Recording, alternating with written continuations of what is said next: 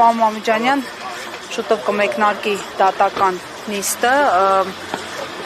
կանխատեսելի, այսպես ասած, նաև արդյունքներից խոսեց հենց փաստաբանը, դուք ինչ եք սպասում, ինչ սպասել այս նիստից։ Դե, հասկանում եք, բացարձակ անկանխատեսելի բաներ են տեղի ունեցել։ Զարմանալիորեն արդեն որերորդ, չորրորդ սրբազան հոր հանդեպ ու խոսքը գնում է այն սրբազան հայրերի մասին, ովքեր կանգնած են մեր եկեղեցու վեհապար հայրապետի կողքին, զարմանալի կերպով 4-ի նկատմամբ էլ հարուցվում են շինծու հորինված քրեական գործեր եւ զարմանալիորեն բոլորին կալանավորել են, կարծում եմ Արշակ Սրբազանի նկատմամբ Մասիս Մելքոնյանը չի զարմացնի։ Դե շատ զարմանալի էր, որ հենց Մասիս Մելքոնյանը ընտրվեց որպես դատավոր, ինքն էլ միշտ աչքի է ընկել անաչառ,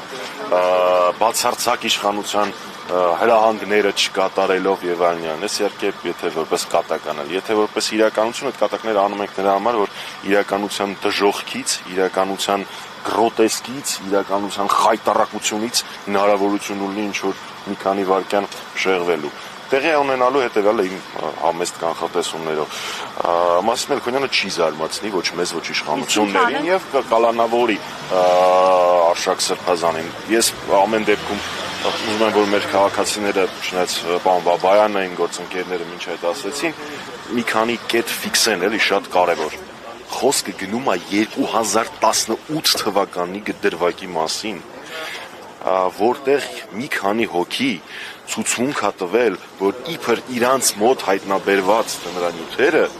իրանց գրպանը գցել է Արշակ Սրբազանը։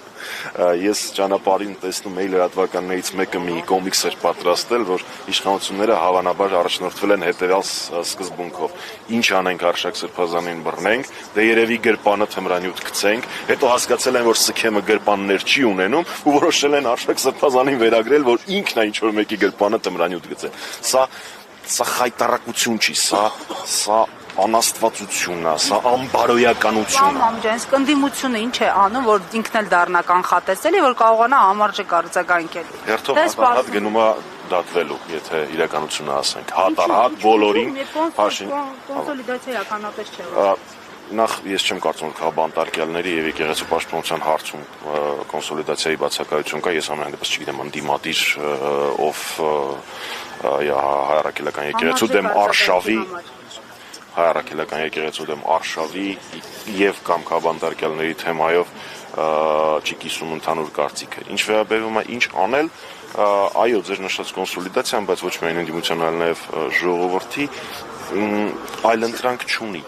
Փաշինյանը այսպես անելու է մինչև ընտրություններ ու ավելի վայրագ սկսելու այս ամեն ինչը շարունակել ընտրություններից հետո, եթե հանկարծ վերընտրվի։ Մենք անհրաժեշտություն ունենք օր առաջ սա կասեցնել։ Սա առանց մեր բոլորի համատեղ, երբ ասում եմ բոլորի, նկատի ունեմ հայրենասերներին, նկատի ունեմ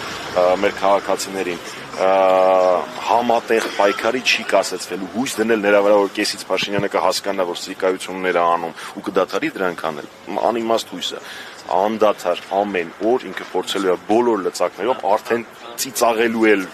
չի, արդեն անհասկանալի լծակներով բոլոր այլախոհներին ջաղերի հետևում թաքցնել։